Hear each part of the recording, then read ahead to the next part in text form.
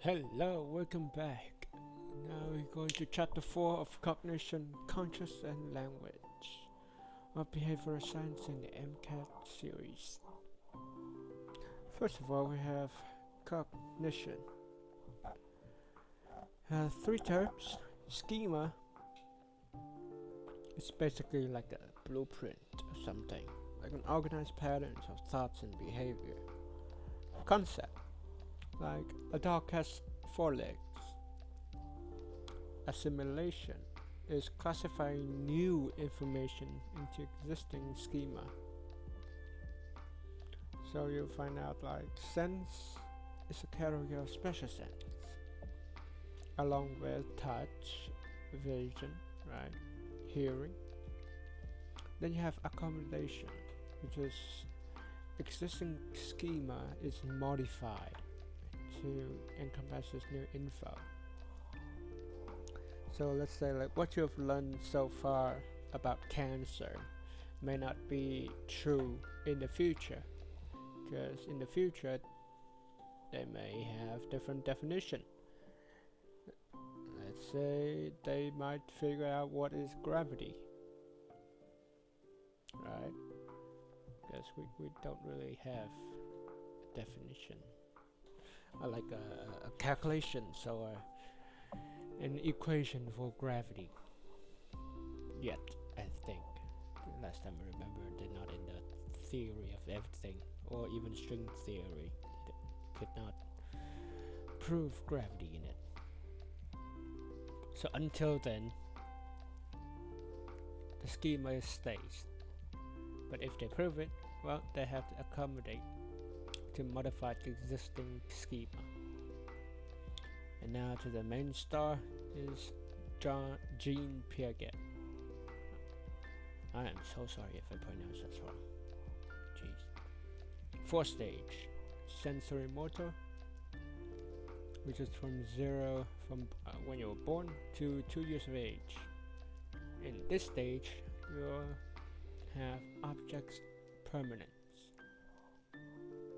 You've developed that. That's why people do peekaboo on kids. When kids have not developed it, you try to hide your face, it looks all surprised. But then after 2 years, it no longer work because now the kids have object permanence. Damn. Now we're heading to pre-operational, from 2 to 7 years old. In this stage, we have egocentrism, which means the kid only sees itself and its point of view, and it cannot see other people's point of view just yet. And conservation.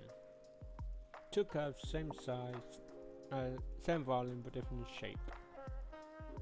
Surprisingly, still some adults still make this mistake though.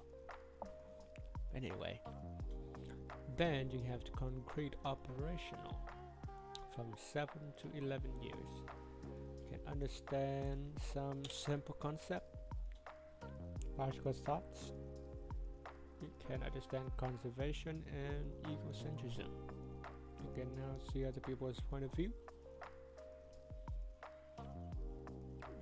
Some independent concepts are applied but not really manipulated or quite understood yet. Now we're heading to formal operational, which is 11 years and above. Now it's time for you to learn all the theories in the world. String theory instead of Pythagorean theory, right? Now we're heading to problem solving. There are 4 of them. Try and error. Probably one of the simplest one. Just brute force whatever you got and try to solve it. Algorithms. Well, it's just a set of calculations and a procedure or formula to solving a certain type of problems. And you have deductive reasoning or top-down reasoning. You start from the general rules and conclusion that is more specialized. And then you have inductive reasoning, just like Sherlock Holmes. Start with small details like a footprint of a small blood point somewhere in the crime scene, and he just figured out who's the killer. So that is inductive reasoning or bottom-up reasoning. Now we're heading to heuristics, bias, intuition, and emotion. Heuristics are simplified principles that we use to make decisions, aka a rule of thumb. Let's say, are there more words in English language that start with a letter K, or have a K as a middle, as of the third letter? And then you have to logic your way into it. That's heuristic. You have two types: availability and representativeness.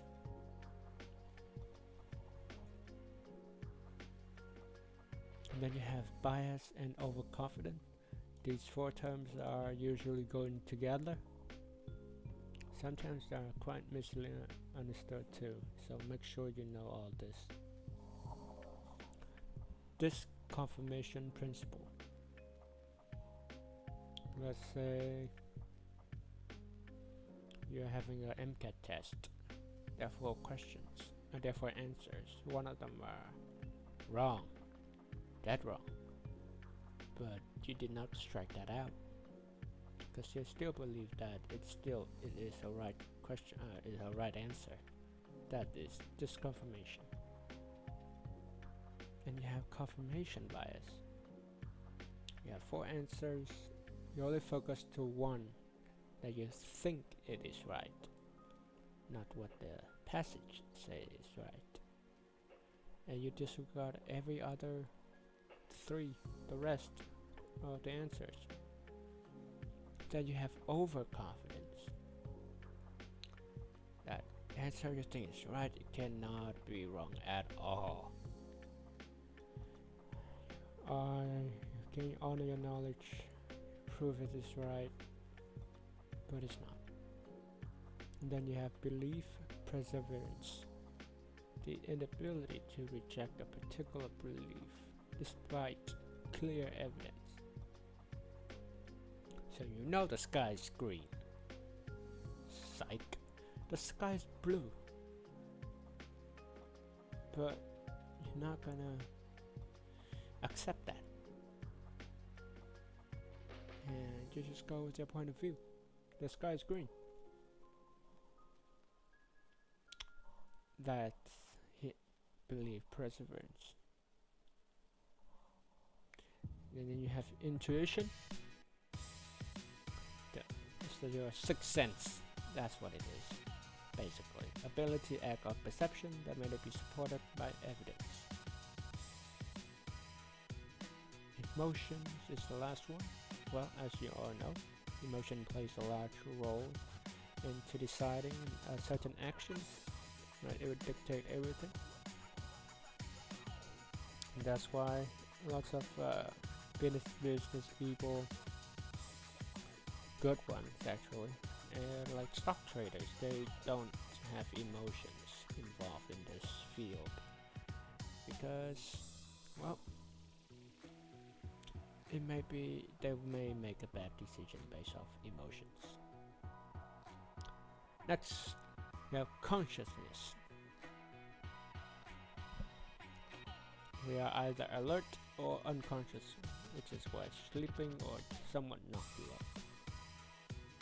Right, alertness, that's where you have beta waves, very high alert. The waves are very random and have capacity to concentrate to a task when you have beta waves. Alpha waves are relaxed, awake but relaxed. The eyes are closed, about to doze off, and lead straight to stage 1 of sleeping. That's where you see theta waves. And in this wave, you also have sleep spindles and then K complexes. Delta waves is the next stage, 3 and 4, or a slow wave sleep. It's very difficult to wake someone up in this stage, and when you do, they are very, very tired. You will feel very tired. You feel like shh, yeah. This is where the memory consolidate, growth hormones are secreted, the brains are trying to clean themselves. Then you have REM sleep, or rapid eye movement sleep. The arousal levels reach alertness, but the muscles are paralyzed. So you're basically kind of awake, but you're not awake. Dreams often occur here, and also associated with memory consolidation. Now, the worst part, sleep disorders. Dysomnias and parasomnias. The way we kind of separate this is that disorders that is difficult to sleep, right? So you have insomnias, which means you cannot sleep at all. You have a hard time sleeping. Narcolepsy is to fall asleep randomly. Cataplexy is one of the symptoms. It's a loss of muscle control and sudden intrusion of REM sleep. You just fall right into it. Sleep paralysis. You're sleeping, you're awake, but you cannot get up. You feel like a demon trying to sit on you and you cannot wake up, or something like that. And then you have sleep apnea, which is the troubles breathing while sleeping. And then you have parasomnias, which is abnormal movement or behavior that affect the quality of sleep. Note that this is quality. Okay? Which means you are sleeping. Dysomnias are trying to fall asleep, so we got avoid sleep. So, parasomnia affect the quality of sleep. You have sleepwalking, night terrors. Those are the two. Sleepwalking, well, you already know. You're basically sleeping, but you do things like normal, like when you're not sleeping.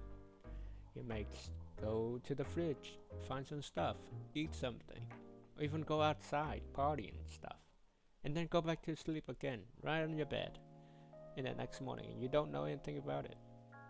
And then night terrors, which is nightmares.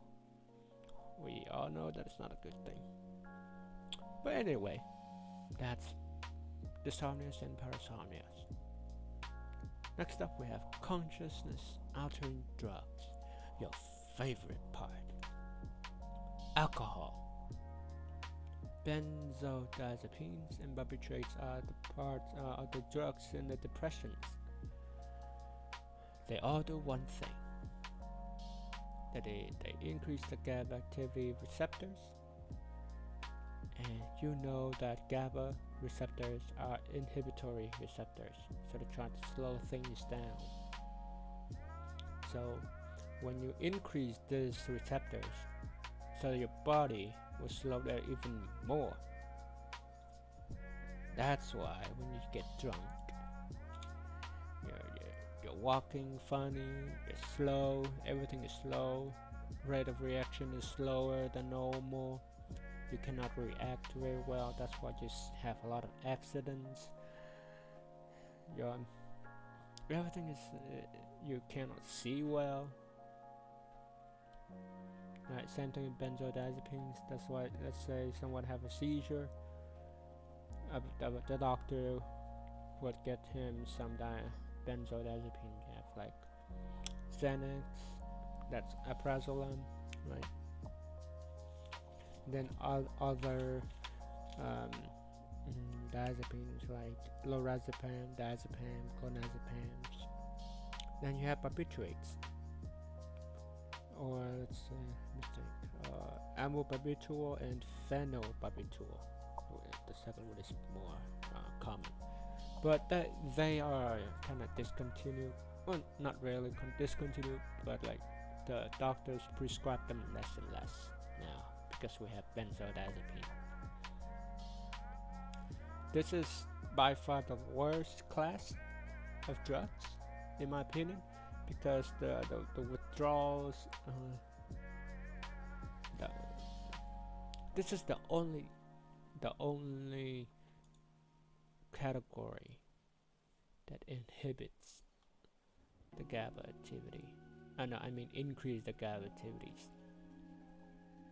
So think of like this. A doctor showed me a great way just to kind of visualize. Actually, middle. Right, so this is your activity level.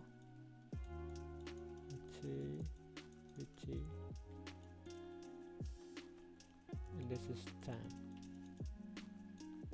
Let's say this is normal, right? GABA activity normal. This is the start of where you take the alcohol. So your GABA activity increase. So therefore, your rate of reactions and body activity decrease.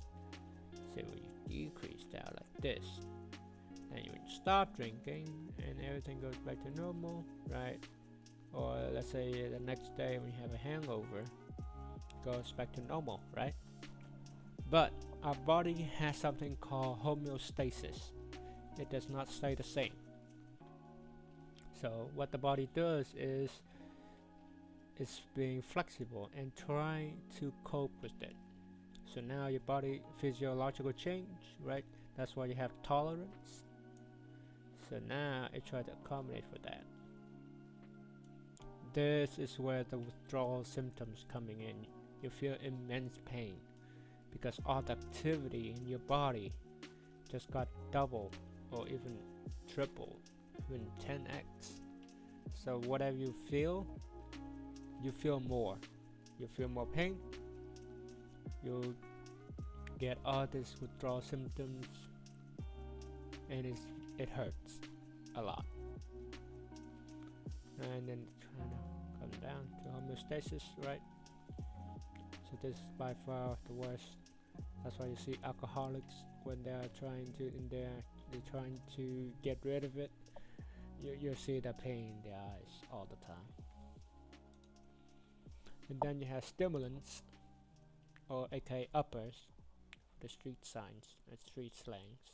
You got amphetamines, which is, well, you know. They increase dopamine, norepinephrine, serotonin, the synapse, and decrease the reuptake, so they stay longer in the synapse, which you feel better more. Or well, I mean not better, but you feel the effect more longer. To reduce the reduction in appetite and sleep. That's why you see your kids take this when they try to take a test or something. And then it also increases heart rate and blood pressure. Cocaine, ecstasy, or MDMA, same thing, but they have different mechanism. And you have opiates and opioids. Opiates are in natural form. Yeah, morphine and codeine. Yeah, they appear a lot in rap songs. Anyway, opioids are semi-synthetic. Oxycodone, hydrocodone, and heroin. Oxycodone and hydrocodone are usually prescribed after you have like a surgery or something. Heroin, not so much now. These are all C1 or C2, I believe, in the pharmacy coding. It binds to the opioid receptors to decrease pain and increase the sense of euphoria. They are downers because they decrease the heart rate and blood pressure. And just like calm you down, you feel like you're in the clouds and all that stuff. Methadone will be the choice of antidote. But of course you have LSD as a hallucinogen. You will feel I never had this, I don't know. I never do any drugs, I don't know any of this. But anyway, they have caused a distortion of reality and fantasy, enhancement of sensory experience, and introspection.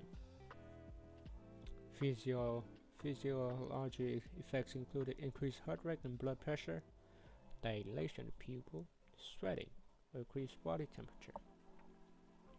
Yeah, so much for a trip, isn't it? And then last but not least, we have marijuana. And the active chemical in the marijuana is THC, right?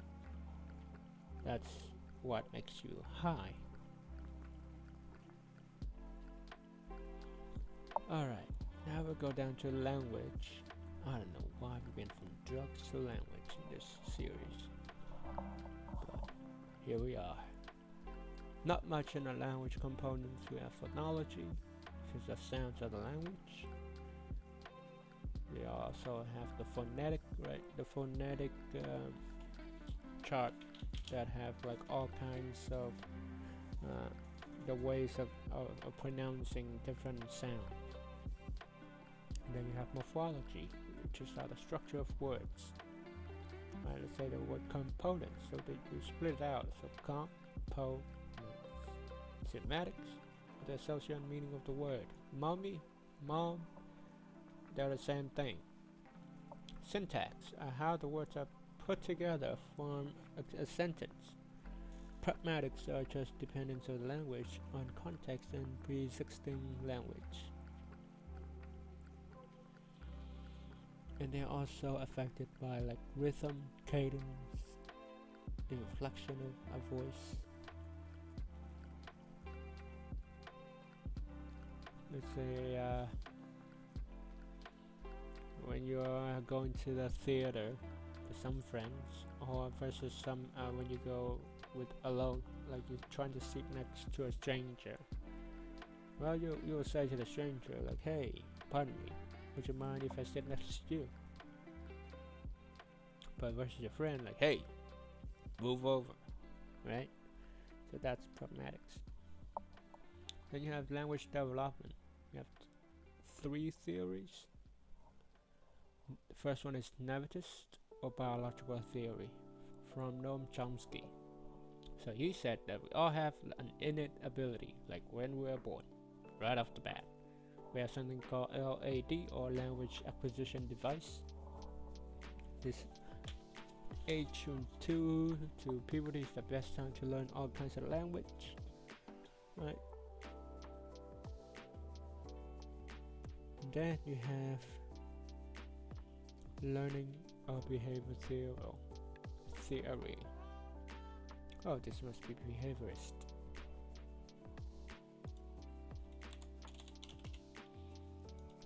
None other than Mr. Skinner, which explains a lot about operant conditioning. So by using reinforcement, parents repeat the sound and words and the kids start to repeat after. And if they say right, they get praised, so they get positive reinforcement out of it, so they start talking more and more. If they're saying wrong, they try to correct it, everything. And then you have social interactionist theory. Language and acquisition is driven by the child's desire to communicate and behave in a social manner. So it depends on where they live. Their language is different, and then their set of behaviors are also different according to their society. And then we have influenced language on cognition. This is where the social interactionist theory kind of stick together. Because we have Wolffian hypothesis or linguistic relativity hypothesis. This the perception about the world is determined by the content of our language. So basically, language affects the way we think. Word choice, inflection, context, speakers play all roles in about the perception of the language, of the message. Right? And often language provides an original framework for understanding information. A more expensive framework with more specific words and vocabulary allow for more sophisticated and more detailed of the information. So let's say a language that have 10,000 words only versus a language that have 1 million words. The second one will be more vivid. And that's basically it. Oh, two more. 2 levels of brain that we have the language center.